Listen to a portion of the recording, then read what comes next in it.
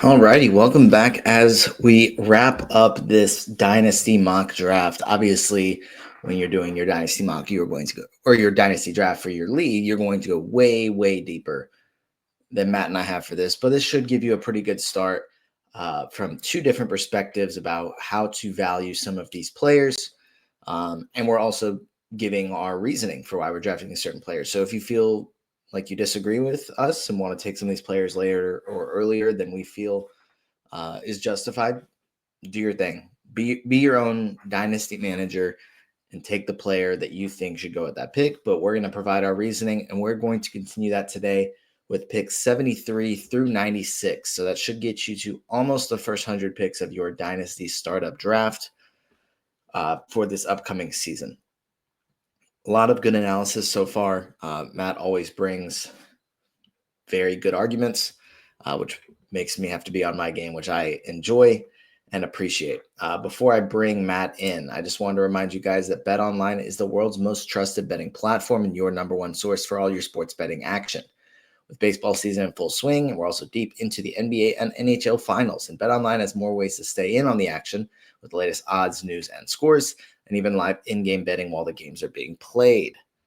We have Game 3 of the Thunder Pacers NBA Finals series coming up tomorrow. Thunder are favored in Game 3 by 5.5, and still heavy favorites on the series. If you want to get in on the action, BetOnline is a great place to do that. And you can also wait until the game starts. Maybe see how things go. Maybe you want to wait until the Pacers are down 12 with a minute 43 left and be like, got them right where we want them, because they've had all these insane, unreal comebacks. If you really want to bet on those happening, because even though they keep happening, they are risky things to bet on. They have live betting, so you can do that if you want. It's pretty cool. We also keep the dog days of summer rolling with the largest selection of odds on everything, with updated odds on the MLB, UFC and boxing, to tennis and NFL futures. BetOnline remains the best online source for all your sports wagering info. And then in between the games, you can head over to the BetOnline casino with all of the top Vegas-style games, including poker and a live casino. BetOnline, the game starts here. All right, and we have Matt back with us as we are going to wrap up the picks 73 through 96 of this Dynasty startup. As I said, it will give you a pretty good start into your actual Dynasty draft before we start talking about the 2025 draft class. But Matt, before we get into wrapping up this mock, what are your thoughts so far? I know we kind of briefly recapped the beginning of the last episode. Now we've got 24 more picks to talk about. What did you think about the last 24? Yeah, I think it got a little more challenging in the last 24. I think this is really a turning point in your startup once you get into this section, because especially when you're doing a startup before all of the change that is going to come from the NBA draft, trades, and free agency, this is where that volatility, that roster turnover can dramatically shift dynasty values and incoming season fantasy values for players who can go from having really big roles to suddenly having that diminished because someone gets drafted onto their team, or someone gets traded onto their team, or they get traded, and suddenly there's a big shift in minutes, in role. That's where you start to see that come into play, especially in these picks. So I think if you're in this position where you're taking selections before the big changes of the offseason, you need to consider the stability of role, the stability of the team that a player is on, how likely it is that they're going to have that same position, or that their trajectory is going to remain the same, even if they're a younger player. And that's something that I'm going to be kind of grappling with as we're making some of these picks, along with considering that for me, this is a point in the draft and startups where some of the 2025 rookie draft class comes into play in what I consider to be kind of a broad tier of players. And without knowing landing spots, it's difficult to be able to assess where those players should be valued. And I think we're going to learn a lot more in the next couple of weeks as the NBA draft comes around. Yeah, I feel like I've set up a queue of about 30 players, and I'm not even sure if I want to take too many, or if any, of these rookies from this upcoming class, just because there is a lot of uncertainty for the players that we haven't picked yet, or for the rookies that haven't gone yet, because we don't really know where they're going to end up. And that's a pretty big factor for me. I know, the number one thing isn't situation, but it is a pretty big factor, especially for a player entering the NBA. Have no idea exactly how I'd rank these 30 players I have in my queue, because like you said, it's a pretty broad range once you get to this point. And because we're just alternating picks, there's no, hey, I've already drafted super young earlier in this draft, or older players earlier in this draft, or I'm going to have more of a win now team versus a rebuilding team. It's just straight value. So a lot of that will change when you actually do a dynasty startup draft. So it'll be interesting to see who goes over these next 24 picks. But we can go ahead and get those 24 picks started. I'm going to go ahead and start our clock back up and pray that Fantrax doesn't give me any more issues. And I'm very grateful that this will be the last episode of this, because my goodness, the amount of issues I've had with this draft board. But we're going to resume the draft. The player that I'm going to take here is a player that is coming off a down season. And I'm probably going to take those things that you just said about taking a younger player and trying to figure out who has the most stable situation or what it's going to look like, and kind of ignore it, frankly, for this pick, and take a guy that may have a pretty different situation by this time next season, just because we don't know exactly what all this team's going to do, because they have a lot of moves they can make. And that's Devin Vassell, who's currently with the Spurs. And I would pretty much say he's a starter right now, but things could change. They add Dylan Harper and don't make any other trades. How does he fit in with Stephon Castle, with De'Aaron Fox, with Dylan Harper? Is he for sure a starter? Is he a sixth man? Is he part of a trade package to bring in a different star to make this team more competitive, whether that's Giannis, whether that's Kevin Durant, or someone else? But I'm very high on his talent. I think he's a phenomenal shooter. He gets steals. He's a decent playmaker. He doesn't really have a high volume playmaking role in San Antonio, but I think he's pretty good at it. Okay rebounder, but I think he's coming off a pretty poor season where he had some really high highs and low lows. If he ends up in a new situation where he is prioritized more on offense, I'd be very excited to see what that looks like for him this upcoming season and beyond. Yeah, I struggle with Vassell because I think what he showed this year is that ideally he would like to be a high volume scorer. That's just not what's going to be available for him in San Antonio. And that makes me think San Antonio is going to make the move to be able to ship him out, to be able to find something that's a better fit. Maybe he ends up in a better place for his particular talent. I would have liked to see him buy in more into being a defensive playmaker. The steal rate improved a little bit this past year, but he's never really been that big steals guy that would need him to be for fantasy. And I'm not sure if there's enough there for San Antonio to be able to say we're committed to this long-term as part of our long-term core when they have the opportunity to be able to make upgrades with that salary slot. All right, I'm going to take Jared Allen here. I think Allen is kind of a boring pick, but he's proven himself to be a top half center in the league. And I think regardless of whether it's in Cleveland or if he's traded elsewhere, the 28 minutes that he had last year kind of feels like a floor for what we're going to get for the rest of his prime. And that might be what it is again in Cleveland, given the way that Kenny Atkinson ran that rotation. But if he's traded, that could expand out again. You could see him up above 30 minutes again. And you kind of know what the fantasy value is going to be. You can go from being a top 75-ish producer into a top 50 producer, depending on the minutes load. Really consistent, solid center.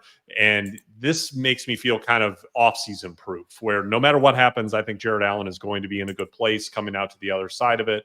I like the investment there with Jared Allen. Yeah, he always goes a little bit later in drafts just because he isn't the most fun pick, but he's effective. He's consistent. He's a lot of different things that are positives, but he's not the most fun pick to make, but he is still pretty young. And like you said, if he's in Cleveland, we know that he's going to do what he's going to do. But the rotation was a little bit, I don't know, not fantasy friendly. A lot of those players saw less minutes than we ideally would have liked them to. Part of that is Kenny Atkinson reducing some of the workloads and having a deeper rotation. Part of it's they blew out a lot of teams. So there's a lot of games where they weren't on the floor for as long as they needed to be. But Jared Allen's definitely a good pick here. He was one of the next players I was going to take. So definitely fine with that. Even if he does end up elsewhere, we know what he's going to be, and he's going to do it pretty consistently. I'm going to stick with a guard here, and a little bit of an older guard, not super old, but I'm going to go with Derek White here, who could be in for a big year with Boston if he isn't moved. And I think he's one of the players that is less likely to be moved. I think him and Jaylen Brown are less likely to be moved than like Drew Holiday or Kristaps Porzingis. So there's a good chance that he sticks around and sees an increase in offensive volume. We know what he can do on the defensive end. He's a pretty good passer, like gets a decent amount of assists. And if Drew Holiday is shipped out and Jason Tatum, obviously we know is going to be out for at least the first 4 months of the year, then that's just more usage for Derek White. But really he's making his money in fantasy with the threes. with the steals, with the blocks from the guard position. So really excited about Derek White next year and the next few years after that. Yeah, Derek White is one of those players that entering his age 31 season, usually saying, okay, well, maybe does that mean it's over? I think that this is going to be a guy who, from what we've seen, his progression as a shooter, it's going to age well as we go forward, because his value is not in explosive athleticism. It's what he's able to contribute defensively as a two-way player, and to be able to put up a high volume of threes in the Celtic system. I think that that's going to continue to be something that he can do for many years to come. So I like him as a dynasty asset, even though he's on the older side, especially for a guard. I think that there's going to be some staying power in what he can do and will be able to continue to do, whether it's in Boston or elsewhere. All right. Went with kind of a boring pick last time. Let's get a little bit more exciting. I'm going to take Khalil Ware here. Ware quickly ascended into a starting role this season, playing alongside Bam Adebayo. That pairing worked. It worked because they do things a little bit differently between each other. Ware is more impactful as a rim protector, also has some ability to be able to play in the perimeter, some ability to be able to drive, at least make a couple of dribbles and a good decision, can shoot the three a little bit as well. So there's a versatility of offensive and defensive skills that Ware matches well with Adebayo. So I'm not concerned about that fit, which I think was what a lot of people were worried about when the Heat made this selection in the 2024 NBA draft. I think that there's potential here for him to go beyond what I think he's likely to be, which is at least a solid NBA starting center for a long time. I think that there is enough skill here, the perimeter shooting ability, that maybe the higher end outcomes of him could be a player where you see him leap up into the top 40, top 30 of dynasty value if everything comes together. That's why I'm excited to take Ware as a player that I think is the best right now dynasty value from the 2024 NBA draft class. Yeah, that's a good statement. I like that. I'm trying to compare it to a couple other guys, but I think there's definitely an argument for it. Really liked what we saw from him as a rookie, and I think Miami was a really good landing spot for him for both his career and for Bam, because now they fit pretty well together, and it's a good defensive front court there. And Ware does do a couple of the things that Bam can do because he's a phenomenal player, but maybe you like to have Ware as a shot blocker behind Bam and utilize him a little bit more on the perimeter on defense. But Ware can space the floor. He can rebound. He can finish plays with lobs. He has a number of things about him that make him intriguing from this spot. And like you said, he does have that higher end outcome where he could be going much earlier in dynasty drafts by this time next season. So definitely think he's worth taking with that pick. I'm going to go with another more veteran piece that is more of a win now guy, but is not super old, so he'll be good for at least a little while longer, and that's OG Anunoby, who's, we know he's going to get the steals. He's a solid scorer, improved his three-point shooter this year, and we saw him play a very, very large role for New York this year. Now, I know Tom Thibodeau's not there anymore, so we're probably going to see his minutes be reduced a little bit, but that's probably a good thing for his longevity. I know that he's had some injury issues in the past, but he played a lot of games this year and played a lot of minutes. So I think as long as he's still on the floor, we see a lot of talent and a lot of statistical contributions from OG Anunoby. So definitely comfortable taking him here at, what is this, pick 77, I think. Yeah. I think what we saw in the second half of the season from Anunoby, if we can get that across a full season, we're looking at, maybe what could be OG Anunoby's best fantasy season. Kind of prime production where the defensive playmaking has really popped. The steals were already there. We saw the blocks jump up quite a bit. The three-point shooting was at the best level that we've seen it in his career. And he really kind of settled in to what he can look like with the Knicks. So regardless of kind of what changes we see from them from a coaching perspective, I think Anunoby is locked into a large role and really in the prime of his career. I really like him there. I'm going to go with Jaden McDaniels here, which might seem off of the radar for some people. Not a player that necessarily people thought as a top 100 guy in Dynasty coming into this season. But if you didn't pay attention, Jaden McDaniels made significant leaps in his game this year as a rebounder, as a defensive playmaker, racking up steals and blocks. He was already one of the best defenders on the wing in the NBA, but we saw a really strong progression from him. He was already an efficient offensive player, but we saw the volume tick up a little bit this year as well.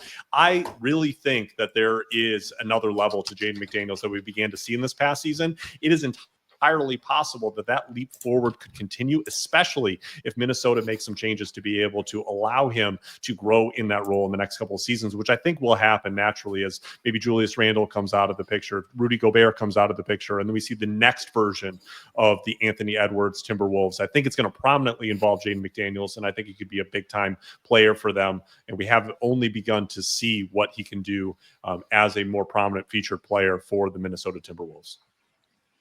Yeah, no, I really like Jaden McDaniels. I think there for a number of years there, we were waiting on him to make the statistical leap where it was, oh, this guy is one of the best defenders in the NBA to, oh, he's also kind of contributing some defensive stats. That'd be nice if he does that.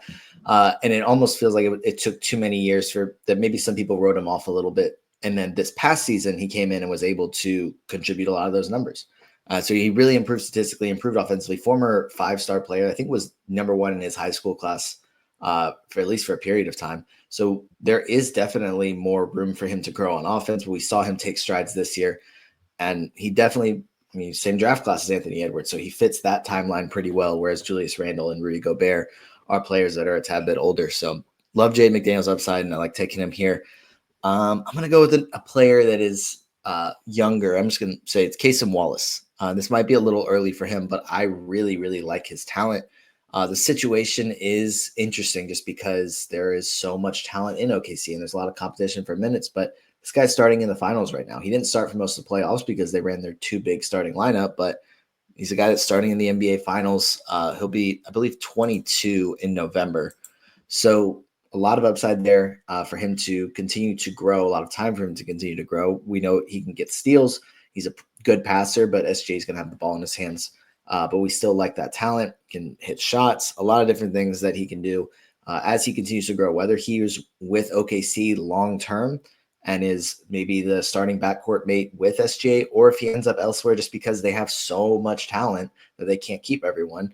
I really do like Cason Wallace's talent, and I'm excited to see what he does as his career progresses. Yeah, I think this is really interesting because this is definitely an area where I diverge, and maybe I just don't see it for Cason Wallace in fantasy, just because we haven't seen any ability to be able to score at the level that you would want from a player in fantasy. There's not the rebounding, there's not the assists. It's kind of all in the steals right now, even at if the minutes ramped up. But we have seen Cason Wallace play more on ball in college. There could be progression there, but for me, this is kind of a one category player, and I'd look for him a little bit later, but I know a lot of people agree with you. And this is where we get to the point in the draft where there could be leaps forward with players like there was with Jaden McDaniels that people didn't see. Cason Wallace could make that. He's going to get the opportunity because the defense is so good. If the minutes do come up, he's going to get to be able to grow. So there's a really good case because of that, because he's so good and showing that in the NBA finals, there's a case for a bigger role for him going forward in his career. So I can definitely see that. All right. Coming back here, I'm going to take another player who's playing well in the NBA Finals, who's playing well in these playoffs as a whole. That's Pascal Siakam. Obviously an older player, but I think what we're seeing in these playoffs, what we saw in the regular season, is that Siakam has reinvented himself in this Indiana offense and has found his place. He's a core piece of what Indiana is going to be doing now and into the future. I think that there's going to be an extended prime here. We at least have 3 more seasons of what we've seen from Siakam in this past year. I think that is going to be part of what Indiana is doing going forward, and everything that we've seen in these playoffs suggests that there's more to come from Siakam, being able to be a producer in points and rebounds, and being a solid contributor in other categories that doesn't really hurt you anywhere other than free throw percentage. Yeah, he's been phenomenal throughout the postseason. He's always pretty consistent during the regular season. We know exactly what he's going to bring, and he plays in an offense on a team that's going to prioritize him. It's not this high usage role like some other players have where it's just go out and figure it out, but that's the way Indiana plays. And I think that really does fit Pascal Siakam well. And he's going to be really solid for at least a few more seasons. So definitely like taking him here. Let's see, there's a couple different players I'm thinking about right here, but I think I'm going to go with just a safer pick here and take the other wing in New York. And that's Mikal Bridges, who hasn't been as good in New York as he was for that little stretch in Brooklyn, but I think that makes sense. Very different role, but he's going to play 82 games. And I think that is an incredible factor that we need to consider in a dynasty league. Now, there's ups and downs to that because he's not as productive over those 82 games as certain players are over their 65 games, but it is a huge bonus there. And he's still a solid, 3-point shooter, scores some mid-range as well, gets you some other stats here and there. But I think his strongest category, honestly, is the games played. And so I'm fine taking him here as opposed to some other players who may be more productive on a game-to-game basis, but aren't going to play nearly as much as Mikal Bridges did. And now he has will have a new head coach coming in. So things could change up. He could be prioritized more or less. That's definitely a risk there. But we know he's going to be on the floor, which I think is key. Yeah, Bridges saw a decline, obviously, this year. He's kind of seen a steady decline in his steal rate, which used to be an area of strength for him in his days in Phoenix. And we kind of saw a middle ground between what he was in Brooklyn and what he had been in Phoenix that was kind of worse in a lot of different areas. But I think he was probably one of the players who was hurt the most under Tom Thibodeau. And I think that there could be a potential bounce back from what we see in Bridges in the upcoming season as they find a better way to be able to utilize him on this team. He's not the player that he was defensively, but I think he can be a more important part of what they do offensively in this upcoming season. All right. I'm going to take Brandon Ingram here, and it hurts to do because he's just never available, but he consistently puts up top 50 per game production. He's got a brand new contract in Toronto. And if you're talking about stability of role, they can't trade him this offseason. He's got this new contract. You know what Brandon Ingram is going to be when he's on the court. You're going to get big points and assists. Doesn't really hurt you anywhere in fantasy. So it's a solid and strong, I would say, top 50 fantasy stat set. And it's really just coming down to availability. But there's not anything in particular that you would say, oh, well, his knee is never going to be the same. It's not like Joel Embiid in that regard. So I think that there's a good case that we could have Brandon Ingram have a nice stretch entering his age 28 season this year. Still a young player considering how long he's been in the league, for him to be able to have this run in Toronto, at least for some number of years, where he's putting up that top 50 production. If we get the availability, this could be a real value as you're getting outside of the top 80 or into that range in a dynasty startup. Obviously, there's some value here when you can get a player who could be potentially top 50 for you at this point, who's still very much in their prime, kind of near the beginning of it still. So I'm going to take Ingram. Yeah, I like the Ingram pick here. I think with him in Toronto, there's two things I want to see. One, the fact that he's out of New Orleans. So hopefully maybe he can be healthy. Just for some reason, New Orleans just can't keep their players healthy. And it's, probably an unfair statement just because things happen when you're playing at a highly competitive sport. But hopefully maybe a change of situation, change of scenery will help him just be on the floor a little bit more. And I want to see him shoot more threes. He had some of his best fantasy seasons in New Orleans when he was hitting more threes per game. I think it was the first 2 years he was there, he was hitting over 2 threes per game. The last few years, it's been down to like just a little over 1 3 per game. So hopefully we can see him have a bit of an uptick there from beyond the arc, because that's how he's going to be more effective in fantasy basketball. And in Toronto should be prioritized a good bit. So not too worried about that. I'm going to also take a player who can never seem to stay healthy, but someone who, when they're on the floor, is one of the most effective players in fantasy basketball. And that's Kawhi Leonard. 2 years ago, he played 68 games and then he had the knee issue that caused him to miss the end of that playoff series and then miss playing in the Olympics or Team USA and then miss the start of this past season. Ended up being way more severe than they were making it out to be. They tried to say, oh no, it's no big deal. And then all of a sudden he misses the first half of the season. But I was very encouraged by the way he closed out this past season because he was playing a ton of minutes. I think he even played one back-to-back, which was really cool to see from Kawhi Leonard, and then was healthy throughout the playoffs. And I think that's key for him is he's entering the offseason healthy. That's huge. Would love to see him hopefully get back up to playing about 65 games next season. Obviously, it's a huge question mark no matter what, just as it seems to be every year, but we have seen him recently play a 68-game season. He's going to enter next season healthy. I'm happy to take a player of his talent here. Yeah, I think Kawhi is one of the more difficult players to be able to rank in Dynasty because we got top 25 per game production from him this year. We had stretches of health. I mean, this is exactly what you're looking for if you roster Kawhi Leonard. He was super effective when he played, especially by the end of the season. And if we can get that for a good stretch in the regular season in this upcoming year, then it'll be worth every bit of a pick at this juncture in a Dynasty league. But we've also seen the downside, a degenerative knee condition that can make him require significant management and can also lead him to other injuries and kind of that connective chain through his lower half. He's suffered a lot of them at this point.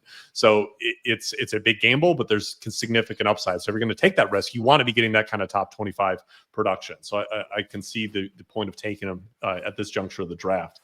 All right, let's continue on this island of misfit toys. I'm going to take Kristaps Porzingis here. This is one of the stranger cases in fantasy basketball, in real basketball, because we saw Porzingis come back at the end of November. We got 44 games from him. He was largely available during the season, playing about 28 minutes a night, still effective, maybe not as effective as we saw him in the prior season, but largely it was the Kristaps Porzingis that we know.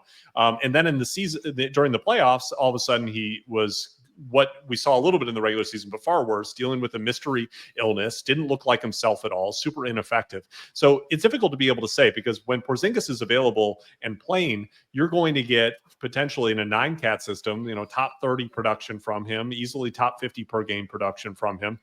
And he's going to be an extremely important part of your fantasy playoff build to be able, if you have him during the fantasy playoffs, to be able to have Porzingis, he can be extremely effective.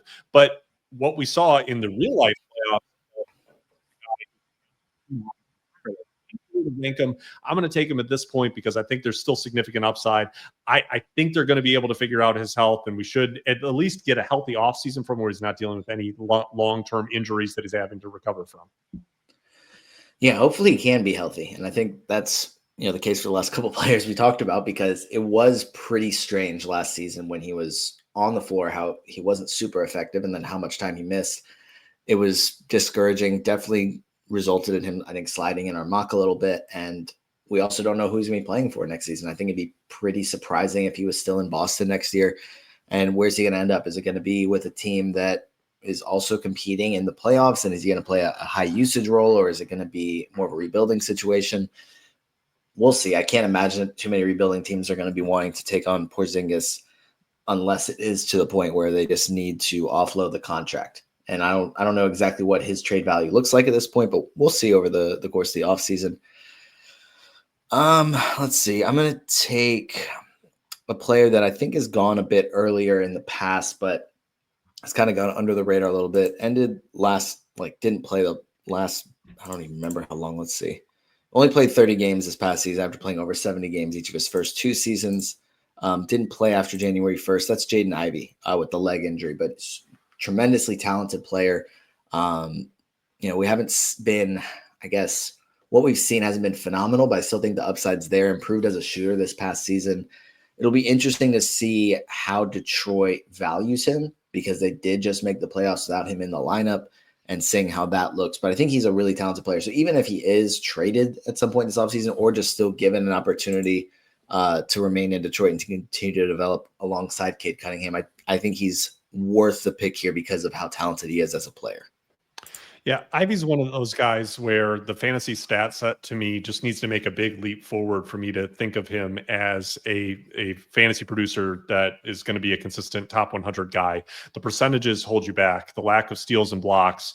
The three-point shooting improved, but the volume needs to be able to come up. He doesn't get rebounds. It's a little bit difficult, unless you're in a points format, to see where the path is for him to be able to be kind of a fantasy star. But with that said, I do think that he's going to be the starting guard playing next to Cade Cunningham this year for Detroit. I think that we saw significant improvement in him, not only in his shooting, but defensively, to be able to have him take that role going forward. And I wouldn't be surprised if the Pistons extend him this year, especially if they can get a more favorable team-friendly number, given the injury that he went through last season, that I don't think will affect him coming into this year. All right. we're going to go a little bit older here. Someone who I think kind of like Pascal Siakam is going to have an extended prime because of how they contribute to winning. That's Fred VanVleet. VanVleet had a rough season this year between injury, missing time, and just not being able to hit a shot in the early portion of the season. He came on as it went on, had a really strong playoff performance against the Golden State Warriors, where I think he looked like himself again. And my expectation is that either they're going to be able to have him, they're going to decline the team option and have him sign an extension for a few years at a more favorable team number. Maybe they're going to move him as part of a star package. But either way, I think VanVleet is going to continue to be a starting point guard, playing big minutes, because his contribution to winning, the way that he affects the Rockets' ability to be able to perform on the floor is undeniable, both offensively and defensively. I think he remains one of the best two-way guards in the NBA. I love VanVleet, and I think that he's going to have at least 3 more seasons of strong fantasy production that make him worthy of a pick here. Yeah, he's just a really solid player. I think he tends to go underdrafted, at least in my eyes. I usually don't draft him as early as he probably should go. But he hits threes, he gets assists, he gets steals. He's a really solid player. He plays a ton of minutes. That's another encouraging thing, is that it's not like we're worried about him playing 28 minutes per game. Like, he plays a ton. So he'll continue to be productive, whether that is still in Houston or whether or not he maybe ends up elsewhere and ends up on a team where he probably still is the starting point guard, but maybe it is a little bit of a different situation.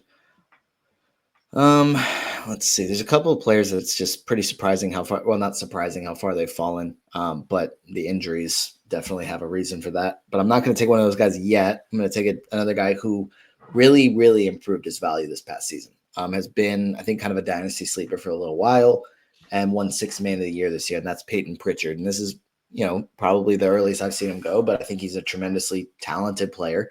And we saw him in a large 6th man role this year, be an incredible source of threes, solid source of assists, good score. And now next season, we're going to see him on the Celtics with no Jason Tatum, potentially no Drew Holiday or Kristaps Porzingis, depending on what moves they make. Don't really know what this roster is going to look like next season, but Peyton Pritchard, bare minimum, is going to be a 6th man playing 28 minutes per game and hitting a ton of threes, getting some assists, getting some points. But I think there's also a chance that we see Peyton Pritchard step into the starting lineup, depending on who they get back in trades, if they make any. And seeing him in a larger volume role, I think we could see him improve even more. He came into the league as an older prospect and has been slowly developing in Boston. So I think he's like 27, doesn't have this tremendous amount of, or like, I guess, like a ton of time for him to continue to grow. But I think he's already playing at a high level. And I'm excited to see what he does with no Jason Tatum next season.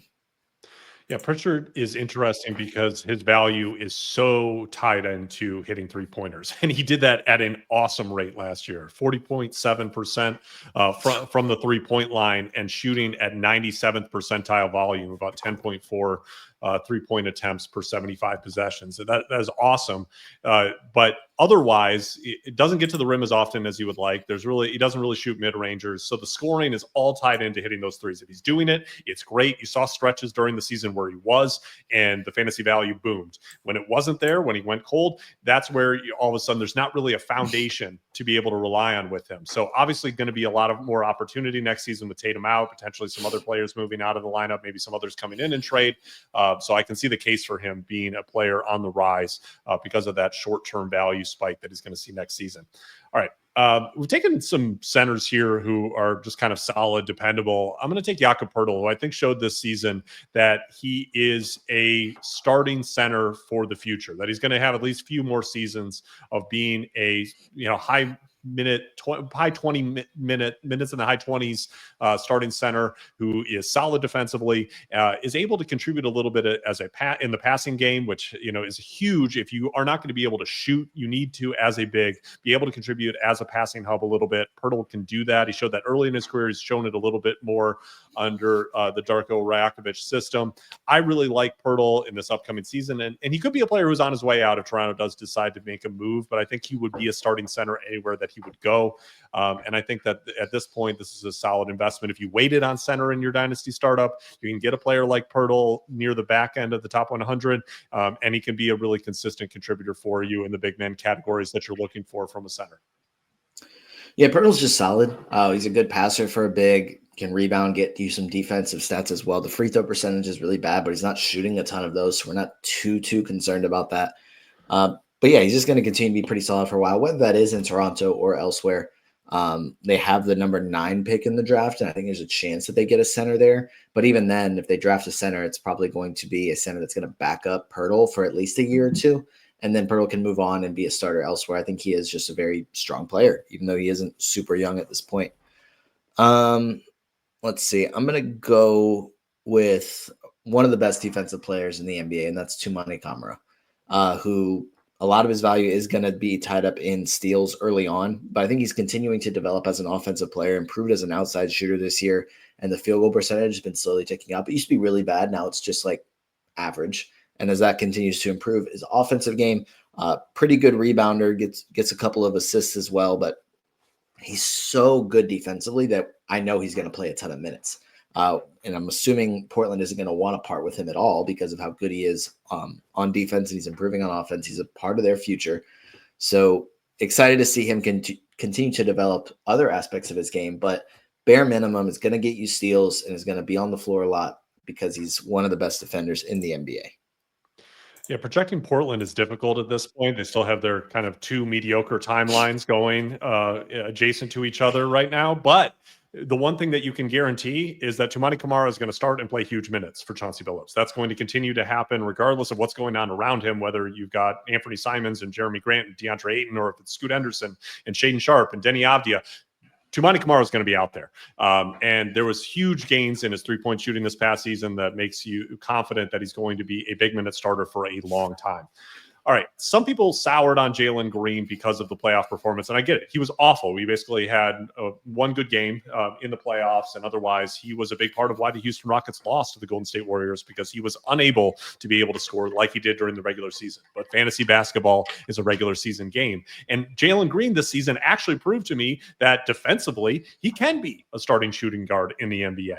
I think that it's very unlikely to be in Houston, but Jalen Green is going to continue to be a starter somewhere. And Jalen Green has shown an ability to be able to produce scoring and three-point shooting at a level that is going to continue to get him the opportunity in the NBA for a number of years to come. He's too talented not to. And I think that it will be elsewhere, but I don't care about that if I'm in fantasy. It doesn't matter if he's doing it for the Houston Rockets or if he's doing it for the Milwaukee Bucks or the Brooklyn Nets, wherever he ends up, he's going to be able to produce more of what we saw this past season.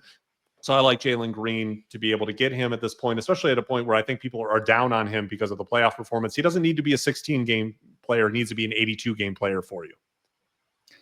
Yeah, no, that's a great point. I honestly think I might prefer if you were playing for a different team other than Houston, just because we know how they play. We know that there's a number of other really talented offensive players in that team. And maybe if he is on more of a rebuilding team, he gets a couple extra years to grow before he's having to really show up on a playoff stage. There's a good taste of playoff experience for him, but maybe we see him in more of a rebuilding situation. He gets a couple of years to continue to improve, but also is in a high volume, high usage role, because next season, Houston was a number 2 seed this year. They're going to be trying to do that again next year. And if Jalen Green is having stretches where he's ineffective offensively, we've seen Ime Udoka have no problem sitting him on the bench. Maybe if he's in a different situation, he gets to work through those mistakes like he did earlier in his career in Houston. So definitely still just way too much talent to let him slide much further than this in a dynasty startup draft.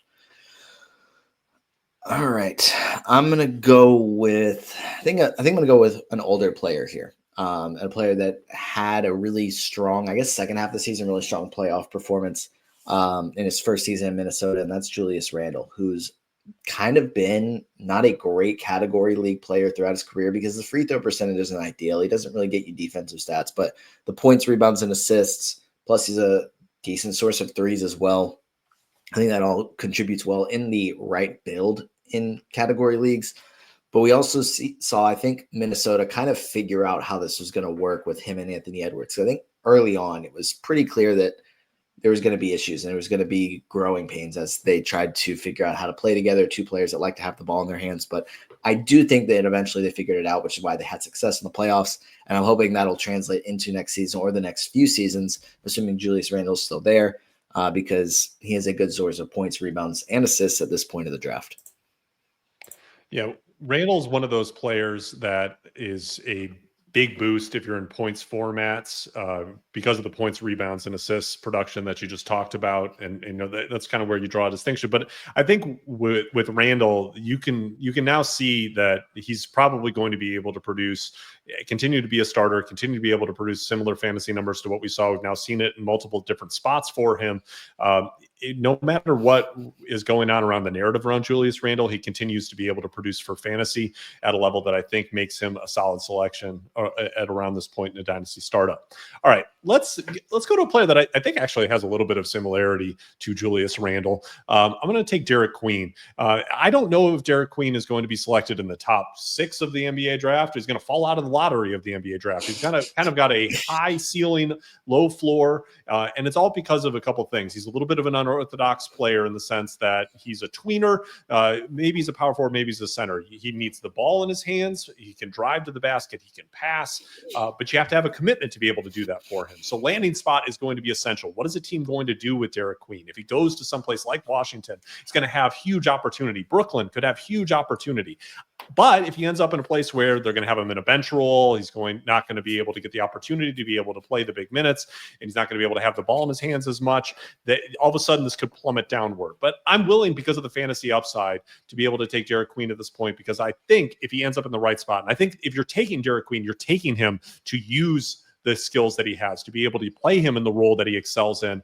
I think he's going to be a really good fantasy player for us, and I would be willing to be able to take him as high as maybe around the 4th pick in a dynasty rookie draft, depending on landing spot. Yeah, landing spot is definitely going to be huge, because I think we've talked about him going number 6 to Washington and teaming up with his childhood neighbor in Bub Carrington. Like, that would be a really, one, a feel-good story, but also just a cool situation for him as a player. But then, like you said, he could totally slide out of the lottery. And then what happens then? I think that definitely affects draft capital, even though we don't want to just go 1, 2, 3, 4, 5 in our rookie draft, the same as the NBA draft, and just line those up. I think draft capital is definitely going to be a factor, and landing spot. Like you said, if we can maximize his minutes in year 1 and maximize his role, that would be a good thing for his development.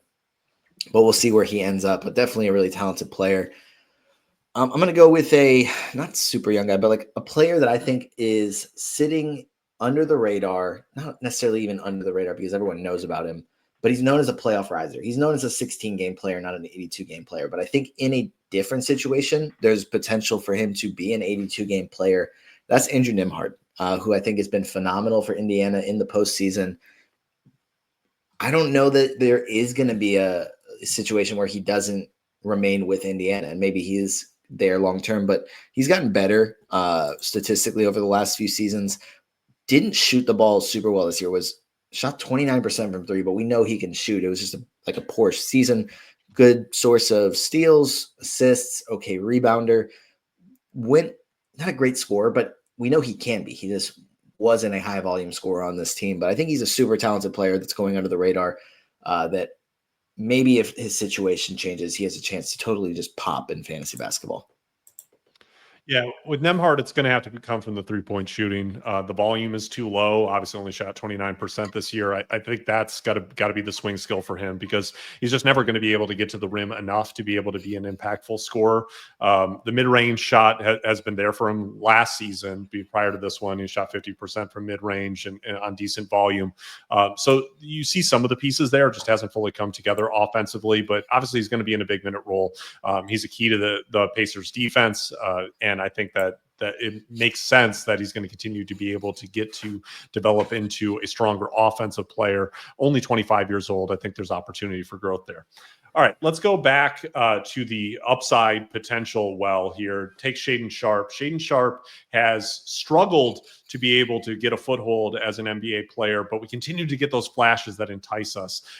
Right now, the only real thing that feels like it's holding him back from being able to make a leap forward into a long-term starting shooting guard, maybe with even all-star potential, is the three-point shooting. We've seen the volume get to a starter level at shooting guard, but it just hasn't fallen. Shot looks good. It just hasn't gone in. And I think that's where we are going to finally get to see him take the leap this season, because he shot nearly 70% at the rim on pretty good volume. He gets to the line. There's all those star indicators for Shaedon Sharpe. He looks like an all-star shooting guard out there on the court with his frame. And yet he needs to be able to, in 2025, hit a good number of threes to be able to be a star shooting guard in the NBA. I think he's going to be able to get there. I think that there's all the pieces of it. And I'd be willing to make that bet as we get to the back end of the top 100 here, because if it hits, then you can all of a sudden have a guy who could be like a consistent top 50 producer for a long time to come. Yeah, he's a really, really talented basketball player. And I think the question marks for me are, how does this translate to really good production in category leagues? Because I think he does have a ton of upside as a scorer, but I think he does fall into that trap of maybe being like a 1 category or 2 category contributor, because he's athletic. So you assume that maybe he can get rebounds or blocks from time to time, but it hasn't been great so far. Not a great source of steals, under a steal per game, 2 assists, like nothing great. Like you said, if he improves a 3-point shot, then that's another category he can be really strong in. But I think that he's talented enough that a lot of things could just improve as he plays more and gets better. And he has that type of talent, that type of upside, but haven't seen it yet. But I still think he's absolutely worth taking here at this point. And wrapping up with my last pick, there's a couple of guys I'm looking at, but I think I'm going to go really young here. And this is my late round dart throw, I guess. Even though in a normal draft, you'll be taking way more picks, this will be our 48th pick. So I'm fine to take a dart throw. I'm going to go with Jared McCain here, who was really good in a very, very small stretch for Philadelphia at the beginning of the season. Then obviously his year ended early due to the ACL. But I think like early on, it was like, oh, this guy's going to win Rookie of the Year. He's by far the best contributor among every rookie in this class, and he's doing it on a team that was projected to make the playoffs. And now things are looking strange in Philadelphia. Like they have the number 3 pick, but there's a lot of questions about Joel Embiid and a lot of questions about Paul George.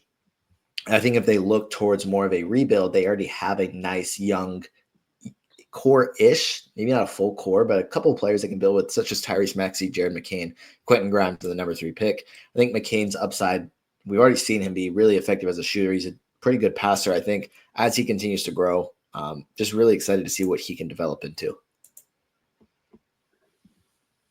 Yeah, McCain showed a level of offensive feel that suggests that there could be all-star outcomes for him going forward. I think that that's something that we need to be able to take in consideration. It was a small sample size. Obviously, he had kind of outsized opportunity with a lot of players out during that run. But go watch how Jared McCain was scoring. He was getting to his spots however he wanted to.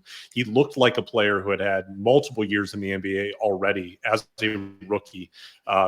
It was really, really impressive. And it wasn't just hot shooting. It was an ability to be able to control the game that you usually do not see from a player this young. So I'm really excited to see him in his second season.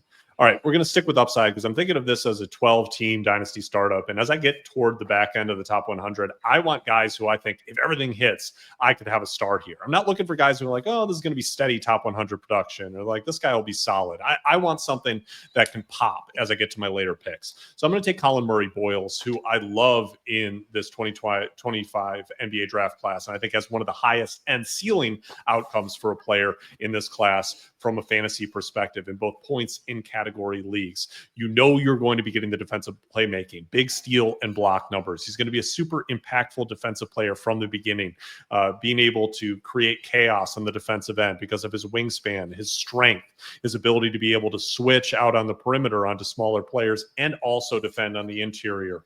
A strong rebounder, strong field goal percentage, and some nascent ability to be able to score.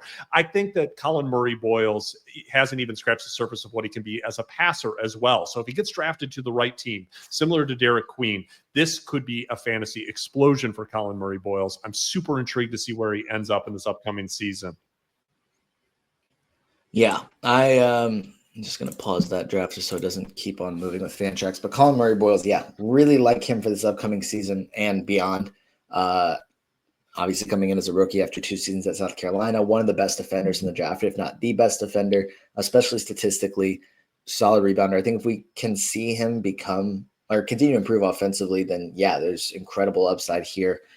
And landing spot will be key because is there a place where he can still be on the floor where as he continues to develop as an offensive player? Is it on a team where they just value his defense and any offensive struggles he's fine to work through because he's making such an impact on the other end? and he's on a team where they're just fine offensively. Like even if he's out there and there is issues there as he develops, the offense still works fine because there's a number of other players on that team in the game that have no issues putting up points for wherever he lands. So really interested to see where he ends up. I think he's also, I've seen him go in mocks like top 5, and I've seen him go outside the lottery. So he's another player that we'll just see where he ends up and then make a decision based off that. So that is 96 picks of a Dynasty startup mock. Matt, who else did you kind of have in your queue, or who are some players that didn't get drafted that you would consider around this range? Yeah, this is kind of a crossroads of guys who haven't fully pulled it together yet and guys who are damaged goods, but former great fantasy players. So in the latter, we're talking about guys like Jimmy Butler, Joel Embiid, Damian Lillard, LeBron James, who all were not drafted, all have been fantasy superstars at a given point. And I think this is the point where you consider those guys for different reasons. They're all at varying stages and crossroads of their career. And I think that it depends on your team situation on how you value them. But I don't really consider them until we get to kind of this top 100 section. There's still upside there with all of them in different ways, but also considerable risk at their age or with their injury situations. Then there's some young guys who haven't put it together or there's some questions with. Bilal Coulibaly looks like everything we thought he was going to be defensively. Offensively, it is still a work in progress. I think some of the shooting gains that we saw as a rookie didn't really show up in his sophomore season. There's a lot of questions to be answered in his third season. Zach Edey was a player that I really, really wanted to be able to take in this draft until I saw that he's having to have ankle surgery, which for a player of his size suggests with recurrent ankle injuries, that's something we need to be able to see again on the court to be able to make sure that he's going to be able to stay healthy. But I think Edey was in line for a really big opportunity in his second season with new coaching in Memphis. I think he was going to play a larger role, a more consistent role in this upcoming season. And maybe he still will. I think that, it remains to be seen how much this ankle injury is going to impact him coming into this year, but it's something to monitor throughout the offseason because I really like Edey's opportunity if he's healthy and available. Stephon Castle is a player who obviously in points leagues, I think people are really excited about. Kind of an inefficient rookie year, but still an intriguing one. The fantasy stat set is a little bit more limited for categories leagues, but his ability to be able to create his own shot as a rookie suggests that there could be a really high ceiling for him going forward if the efficiency develops and if he's able to become more of a defensive playmaker. He's a good defender, but he hasn't really shown an ability to be able to generate steals or blocks. I think if we can see that grow like we have with someone like a Jaden McDaniels, then maybe there could be more for Castle from a fantasy perspective. Brandon Podziemski is a player that I was considering as well. He really cemented himself throughout the latter half of the Warriors season into the playoffs as a player that I think can long-term, at least, for the remaining years of Steph Curry's career, play next to Curry. I think he's one of the few players that you can guarantee is going to be a big part of Steve Kerr's rotation from year to year. And I really like the growth that we saw from Podziemski this season as the year went on after a cold start. Malik Monk is a player who had a top 75 season this year, but kind of faded in the latter portion of the year as they began to put Keon Ellis onto the floor to be able to improve defensively in the wake of the trade to get Zach LaVine. I think he's a player who can still give you top 100 production even as a sixth man, but he could also be someone who's on the move and could get a bigger role in the future. And we've seen when he's had more opportunity. When we saw that this season, he really blossomed. And I think there's more to Malik Monk than just being a microwave scorer. He's really improved as a passer. And I think the defensive deficiencies are not so much that you couldn't get a lot of offense from him. Think about how Kobe White has gotten more minutes in a bigger role. I think Malik Monk could do that on a different team. And then you have players like Miles Bridges, who has consistent fantasy production. I would warn on him that I think that Charlotte as a context has kind of enhanced his fantasy production in a way that isn't fully real. And I think that in the future, as the Hornets move toward the next phase of what the Charlotte Hornets are going to be, Miles Bridges likely won't be part of that picture. And I'm not as sure he's going to be able to have as large of a consistent minute and role on a different team. And then finally, I wanted to be able to talk about Keegan Murray, who I think has been completely suppressed by the Sacramento situation. He's obviously been fourth or fifth in line at times offensively. I think he's one of their best defensive players. I think he's proven himself to be way better defensively, ability to be able to defend smaller players, to be able to be their best perimeter defender, along with Keon Ellis at times. I think there's more to Keegan Murray. The shot looks good. I think it's going to fall going forward, and I think we could see a big bump from him after what was a rough season with them bringing in DeRozan and then having, just too many mouths to feed offensively for Murray to be able to have a consistent role there. The future in Sacramento will involve a bigger role for Keegan Murray, and I think there will be better fantasy years to come for him in his prime.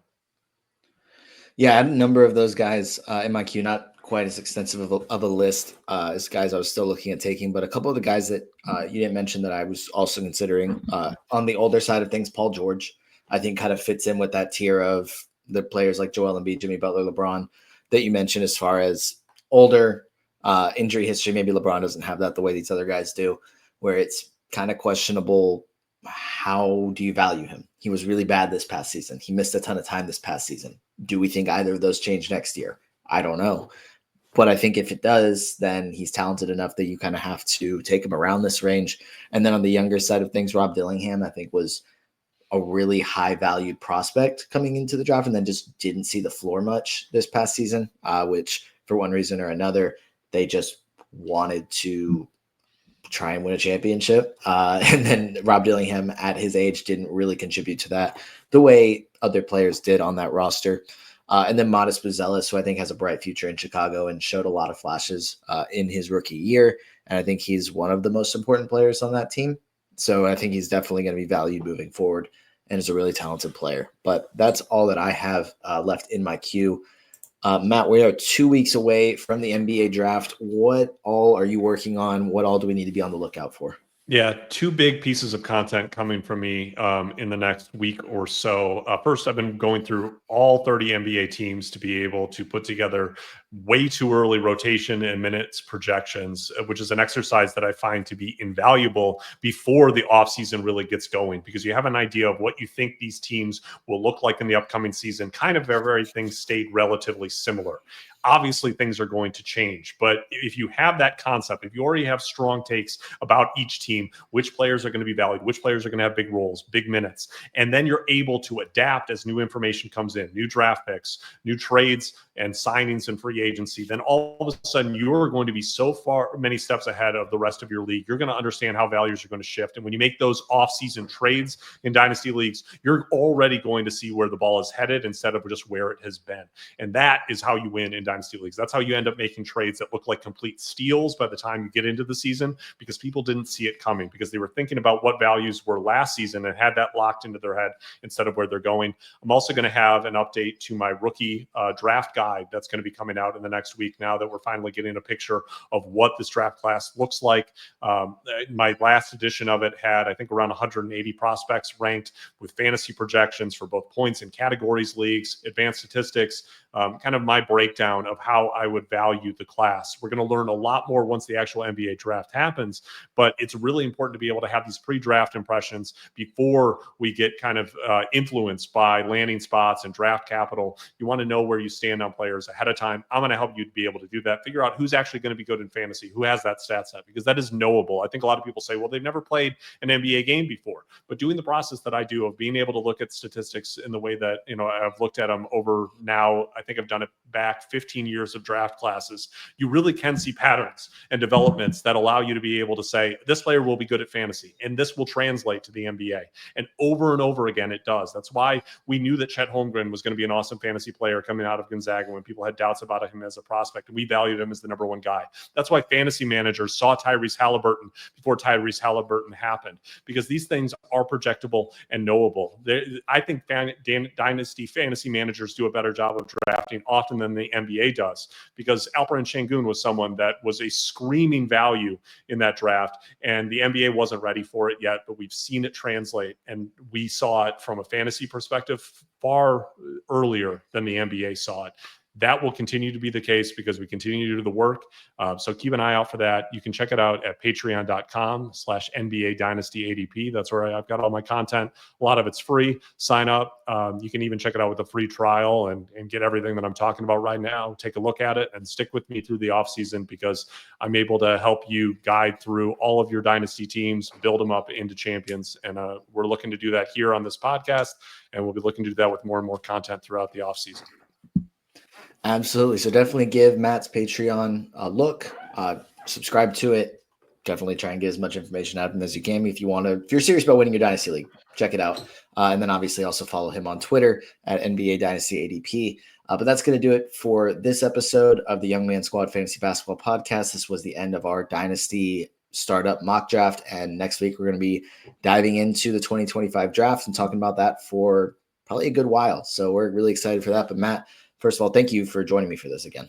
Oh, it's been my pleasure. No, I love doing this. This was actually super helpful for me to be able to really test my opinions on all these players. It moved some players around in my rankings, and I'll have a new update for that in the next couple of weeks as well. So I really appreciated getting to do this with you. Yeah, absolutely. It was fun for me as well. It's always good to check our opinions on players against each other so we can bounce ideas off each other as well. But that's going to do it for this episode, and we will see you next week.